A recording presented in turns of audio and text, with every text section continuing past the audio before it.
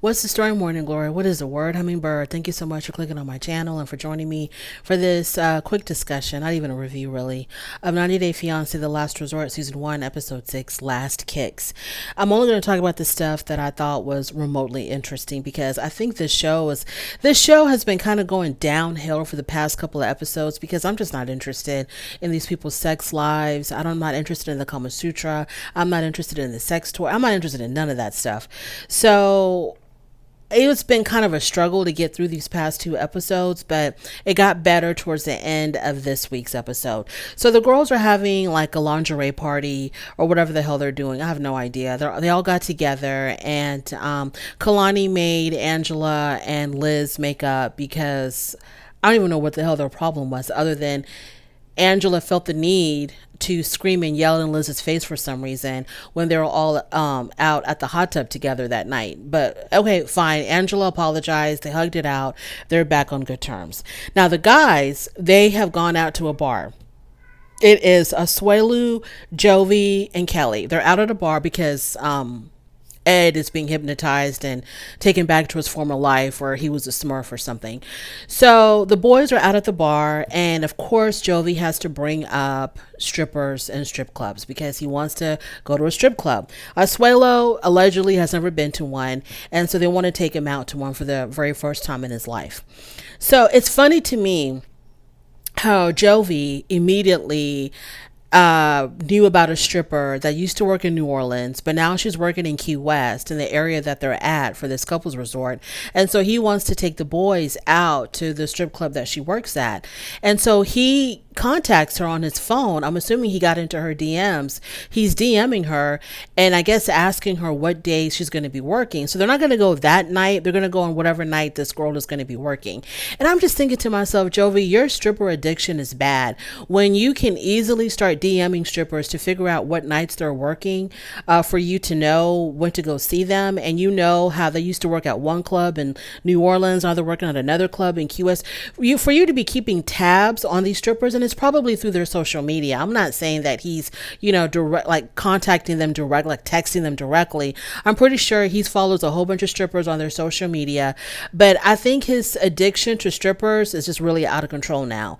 That he knows exactly where they used to work, where they're working now. He's DMing them about what days they're working. It's just too much.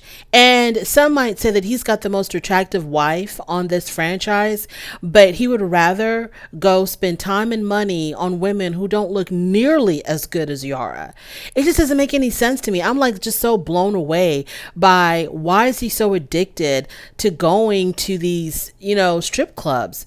And you have this beautiful wife at home. Like, I don't understand what the hell's going on with Jovi. I think that the therapists need to dig into that. They need to figure that out about Jovi. Like, why are you so addicted? Now, I understand going once in a while. I don't have a problem with men or married men or couples, whatever, going to strip clubs. I have no issue with that. I don't see anything wrong with that. And I think that the sex industry is a legit industry, and I don't think that people should be shamed for taking their clothes off for money or doing whatever for money, as long as you have consenting adults. I don't have an issue with none of that. But about Jovi, I'm just kind of like confused on why he is like every single time he's on this show, he is hell bent on going to a strip club. And it nearly ruined his marriage in the beginning when they were living in New Orleans together. It damn near ruined his marriage.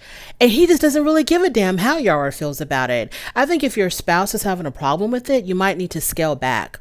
And like, I just don't understand. Like, if he was, I'm pretty sure a lot of these, so many people go to strip clubs, right? No big deal. But for Jovi, it's like a part of his life. It's a part of his existence that he has to go to a strip club. He has to frequent strip clubs all the damn time. I don't know what's going on there. So let's move on from there. And the funny thing is, during the lingerie party, Yara was talking about her insecurities, how she doesn't really feel secure with her body because her parents made such a big deal about her weight and her nose.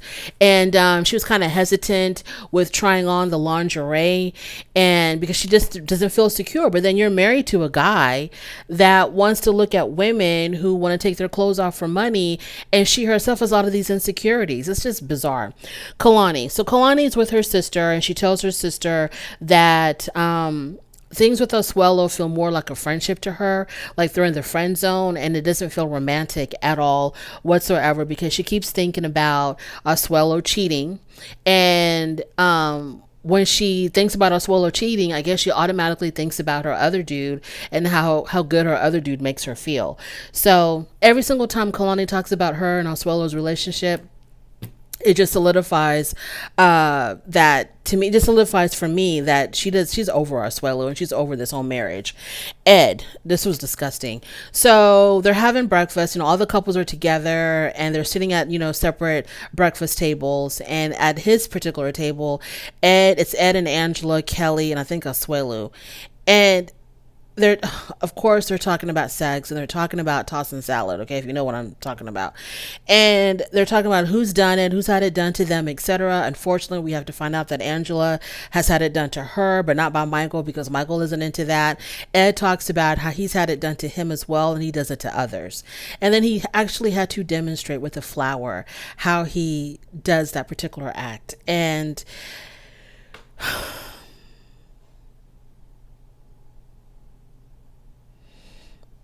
Oswello threw up. He tried to blame it on his weak stomach from drinking all night. I don't know if it was coincidental that he threw up just at that moment when Ed was tossing this flowers salad.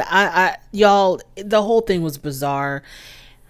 This is the stuff that nightmares are made of. Anyway, Ed finally apologizes to Kelly for calling him out of his name, and I don't know, I guess Kelly accepted the apology. Then they do this whole Kama Sutra thing. So the group has to have a Kama Sutra class. They give Angela this blow-up doll, which to me, it was like, why does it have to be a blow-up doll? Because Michael, they gave him, he had to use a pillow, like a body pillow, when they were doing the different positions. So he was supposed to use a body pillow. Like, why couldn't they give Angela a body pillow? Why do they have to give her a male blow-up doll? This doesn't make any sense. It's just stupid and silly. Anyways, so during this whole Kama Sutra exercise, Molly and Kelly are having a conversation, and Molly says to Kelly, we just have to come to terms that we're no longer in love with each other. We love each other, but we're not in love with each other. And Kelly was just like nodding his head like he was agreeing with Molly. And so I'm thinking to myself, okay, Kelly's also in agreement that they're not in love with each other. So Kelly says, well, why are we even here? Well, Molly never responded to that question. And so then Kelly ends up just getting up and leaving. And so he says that he's really hurt because Molly not being in love with him anymore. And I'm thinking, but you're not in love with her either. So why were you nodding your head when she said we are no longer in love with each other? And he was like, mm-hmm. But now he says he's really hurt by that because I guess he's still in love with Molly and it hurt his feelings that she's no longer in love with him. So he's coming to terms with, I don't know what he's coming to terms with, because it's for a long time, Molly has been telling you that she's just not that into you. So I don't know why it's hitting him like a ton of bricks now.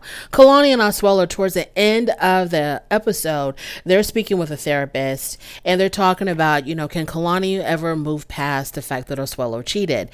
And can she give him a second chance, et cetera, et cetera. And so Kalani says that she's been giving him chance after chance after chance ever since the beginning. And so the producer asked her, what do you mean from the beginning? And Kalani says that Oswello has been cheating on her since before he even came to the United States, when they were still dating. I'm assuming practically as soon as they met in Samoa, he began cheating on her. When they began a dating relationship, he started cheating on her. He cheated on her before he came to America, once he arrived in America, when they got married, when she was pregnant. He's been cheating on her this whole entire time.